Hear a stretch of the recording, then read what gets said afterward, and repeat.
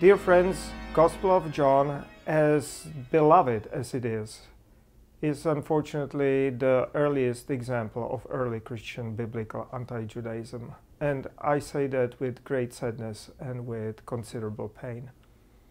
Anti-Judaism is defined as an opposition or hostility towards the Jewish religion as such. Synoptical Gospels of Mark, Matthew, and Luke of course contain many passages about heated arguments between Jesus and his contemporary Jewish authorities. But there is a substantial difference. While in the Gospel of Mark, Matthew, and Luke, the arguments are from within the Judaism.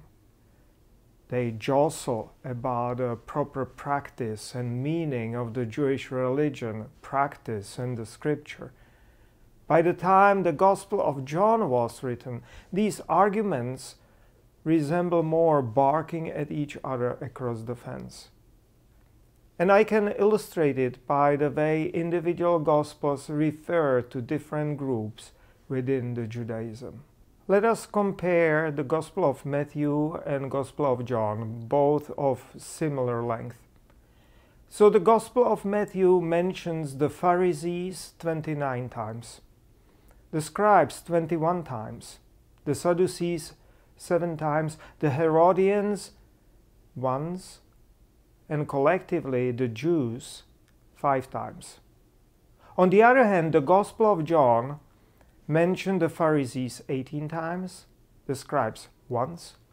The Sadducees and Herodians are not mentioned at all, but the collective, the Jew or Jews, are mentioned 67 times.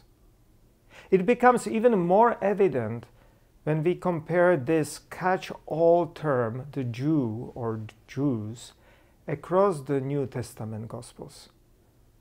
Mark has the Jew or Jews 7 times, Matthew 5 times, Luke 5 times, all single digits. But John, as I mentioned, 67 times. That is 10 times more and something. In the Synoptic Gospels, Christians are still part of the Judaism. They can distinguish between different groups in Judaism and have meaningful arguments with them. When the Gospel of John was written, the Jews were those others. This stereotyping went hand in hand with growing ignorance and prejudice against the Judaism, Jewish religion. And this early biblical anti-Judaism of the Gospel of John is something you might not know about the Bible.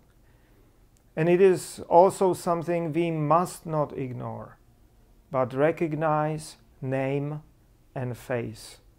Because it was just a beginning of an unhealthy, worrisome trend of mixing ignorance and prejudice, which was spreading throughout the early church.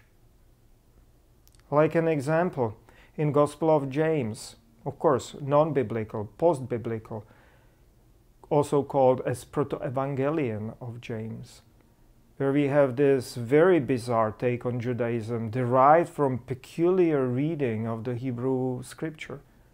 Or infancy Gospel of Thomas, and its portrayal of Judaism which is verging of grotesque caricature. It went on and on. For instance, in a Pilate cycle, we see exonerating Romans who crucified Jesus and blaming it on the Jews.